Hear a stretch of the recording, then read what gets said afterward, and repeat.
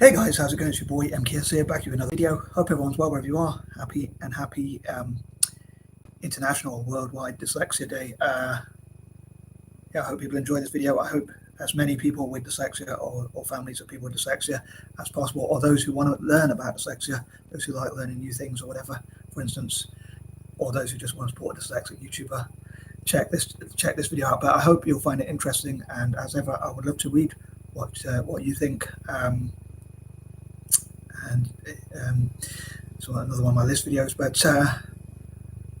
before I start the list of some of my ideas or thoughts for dyslexia and dyslexic empowerment, I wanted to talk about what dyslexia is to me. And sorry, I've been a bit lazy or disorganized, or both, to check out the definition. I've probably seen a few definitions before. I think the Dyslexic Advantage has a really good thing about what dyslexia is. I think it's really cool. It's made. I think that video is made especially for children to inspire them. So it's a really nice video, and I think adults can watch it as well. But it tells you about what dyslexia is. But people would have probably different definitions. I think there are quite a few different definitions of dyslexia. But what dyslexia is to me is, I suppose I'm going on what I've read, on heard, and stuff like that. But it is about, I suppose it's a different way of thinking, or a different thinking style. Richard Branson, the entrepreneur, talks about the value of dyslexic thinking now, and trying to promote the value of dyslexic thinking. I think the dictionary and the Oxford Dictionary, I think, and LinkedIn have both had like positive things to update about dyslexia. And sorry, the intro's gone a bit long, but I suppose there are different definitions. You could probably Google it yourself. But if you accuse me of being lazy, but don't Google it yourself, then I suppose you're being hypocritical. I'm just kidding. But on a serious note, without wanting to offend anyone, of course, but dyslexia, I suppose, like some people say, it's a right-brained thinking. Like any person with learning disabilities has a right-brained thinking process, whereas neurotypical or average or quote-unquote normal people, if you like to use a non-PC term, have a left-brain way of thinking. Although they're more right, it goes like diagonal, so they're more like to be right-handed. Whereas someone with a right brain is, funny enough, more likely to be left-handed. Funny how nature works. But it's basically someone, I think it's often described as someone who has struggled with the written or even verbal language in spite of having average or even above average intelligence. I think that's the definition some people use. But I think, like, to me, I'd love to see, although I love the term dyslexia, I love the word dyslexia, I don't know why, I suppose I'm used to it, even though some dyslexics say it's a really difficult word for someone with dyslexia. Richard Branson himself says such, and so many other people say it. I was probably lucky, if you like, because I learned to spell with extra help, one-to-one help, so I feel a bit of a fraud sometimes. That's why I say I'm minor dyslexia, but I don't know how I would have been without that help. I think it took me till I was 9 to learn to read. And though I read like a robot, I can read quite well, although I can't always comprehend or remember what I read. But I know someone said when they watch my videos, they say you definitely have dyslexia, like someone with no inclination in their voice. I think that means no drama in my voice. In my case, definitely has autism. But yeah, anyway, there's probably loads of definitions of dyslexia, but I think it's average to above average intelligence in spite of poor reading and writing skills, reading, writing, and arithmetic, and sometimes you can have verbal dyslexia, which I think is why I muddle up my words. But anyway, that intro has gone on way longer than I had planned. But I did want to go through a bit of what dyslexia is. But I'd love to know what dyslexia is to you and what it means to you and what different definitions there are. So please get involved and comment in the comment section. The dyslexic community, I hope, will post a lot of things people have made by dyslexia and Dyslexic Advantage, and others, or anyone with dyslexia or their families. I'd love to know what your definition of dyslexia is. With that being said, here are a list of some ideas to hopefully empower dyslexic people, as well as raising awareness of such. So I've still got a cold and flu, so struggling a bit, but I threw my tissue away. But yeah, here goes. So number one, I would love for dyslexic people to learn how to become business owners and things like that, maybe investors or whatnot, and basically those who are already successful to teach and train the rest of us. So I'd love to look at ways that more dyslexic people can be supported in starting up their own startups or businesses generally, and maybe even growing them and things like that. and also looking at different ways to become independent. I think there were three ideas which I wanted to work on to help dyslexic people become more independent. One is perhaps if we learn to set up our own business, and I suppose we won't be fully independent, maybe like looking at how banks and politicians and others, governments and whatnot, could support us to like set up our own little stalls or learn about business. So I suppose everyone probably needs help at some point, so we won't be, no one's fully independent, I'm sure. If you think about a baby, it always needs to have that support and push to grow. Like a baby needs to be encouraged to grow. No baby's born knowing everything or how to crawl or whatever included, so we have to learn everything, I suppose. It's like someone said to me, even learning to crawl is like, there's one point where you didn't even know how to crawl. Anywho, but I'd love us to set up our own businesses. Like look at how society can help whoever wants to help. I never like to force anyone, but whoever wants to help us to become more independent, like doing things like starting up our own businesses, things like that. So if employers don't give us opportunities, we can create our own. Number two, also possibly to create our own independent schools, which I often talk about, which would be funded by people who choose to do so, whether they're dyslexic or from a dyslexic family, or maybe there could be tax exemptions for doing so, which is people getting to keep what money they earn. So I don't really see that as force. If anything, I see it as making people more free. But I think those independent schools would be really good. Now, I know that if there is an argument that if we don't integrate, it's good to integrate with other people. One of my sisters said it would be good to have better schools for everyone, better teachers and whatnot. So I don't know why I have to mess up there. But excuse me, I had a croaking sound for some reason. Anyway, sorry.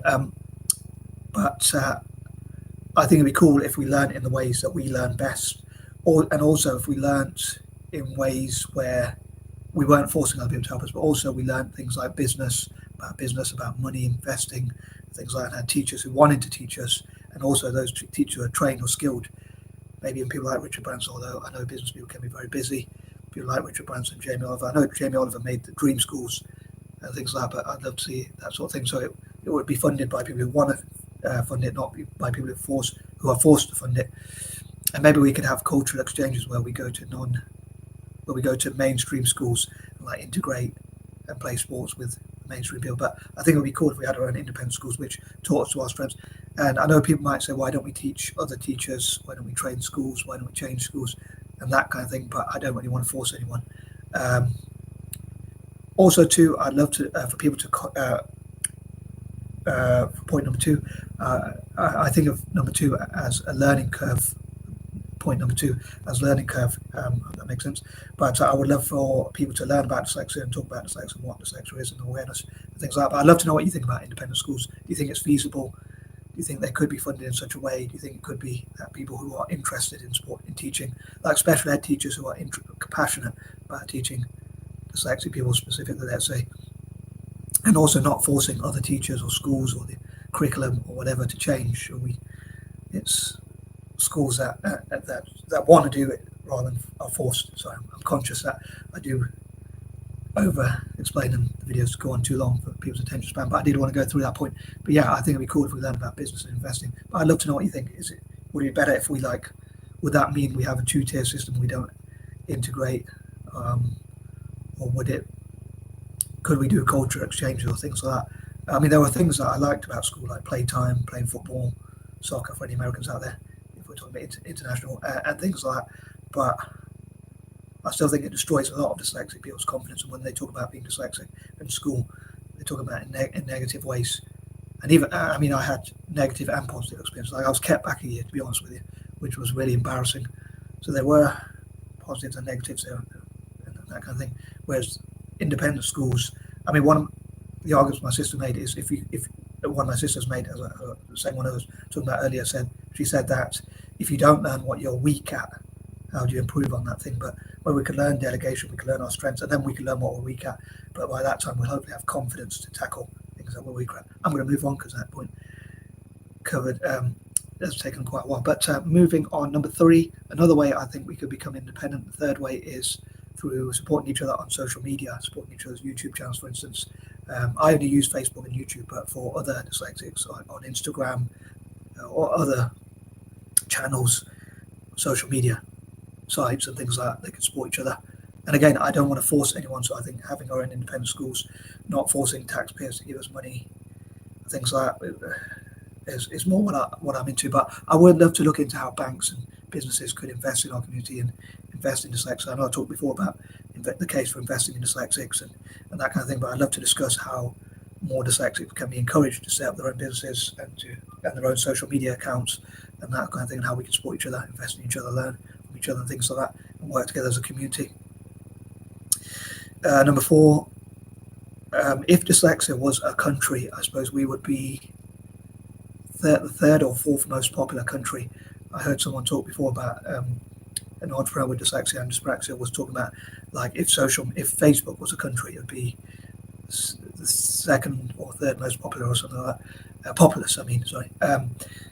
So the reason why I mentioned that point is, like, by working together we could achieve so much. Like, we work for businesses giving us discounts, which is another thing I hope for, and things like that. Now, I also believe in some controversial views, to be honest, as I often say. I would love for us to not join militaries, gangs, terrorism, or anything that involves violence unless in self-defense. But instead, I think it would be cool if many of us worked with the police or even joined the police, although I suppose it would be risky to be accused of being gracious. But I'd love to look at how we can cut back on crime by discouraging crime amongst dyslexics alone. We can cut crime by probably, I think it's about 20%. And that would save governments a lot of money, including where I live in the UK, but also internationally. But I know it's a controversial view about the military stuff, but I think it would be best to avoid all these wars. If less people join the military, less people will be able to be used as cannon fodder, if I can call it that. So there wouldn't be as many wars, I hope. So we would be, hopefully, the peacemakers, all being well. But I know that's controversial. All these are probably things that not everyone's going to agree with, but I hope as many people as possible will come to my way of thinking, or at least we can discuss these things. But yeah, I'd love for us to be peaceful, non-violent and stuff like that, and look at ways to help dyslexics. I hope to come to number 5. I hope to support dyslexics with ambition, help to achieve our ambition all around the world, see what we can achieve, for instance, by inspirational stuff like looking at famous dyslexics or things like that, motivational stuff and things like that. Number 6, I would love to see what we can contribute to Italian football, as I often say. I'd love to find out if there have been any dyslexics that were and stroke, or have been other dyslexics that have played. If there have been any dyslexics that have played football in Italy, in Serie A, or for the national team, or at any level, and if there could be any more, or how many soccer stars for any Americans out there are dyslexic. I've read and seen some things about dyslexics in sport and how sport can be a pathway. Me personally, because I'm a bit biased, because I think I look Italian, I would love to encourage my fellow dyslexics somehow to support Italian football. I don't know how I'd do that, but I'd love to encourage as many dyslexics as possible, and for Italy to run events like a miniature World Cup for dyslexics or things like that, which bring and raise awareness through football.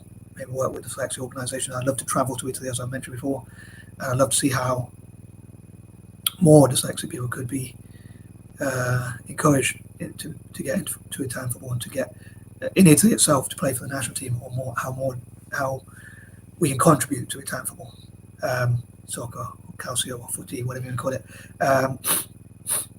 Looking at ways we can do so, and that kind of thing. Number 7, similar for Celtic, as I often say. Number 8, I would love to see, like, people talk about positive traits of dyslexia. I know there's some negatives as well. Maybe talk about both sides, not just one, not just always talk about the positives, but some of the struggles we have as well as the strengths. But I think it'd be cool to see more positive things about dyslexia, like famous dyslexic mentors, role models, and things like that, which I hope to come to. And like more people, maybe people could have the hashtag positive about dyslexia on their Facebook or other forms of social media or websites or things like that. And I'd love to see how we can connect together.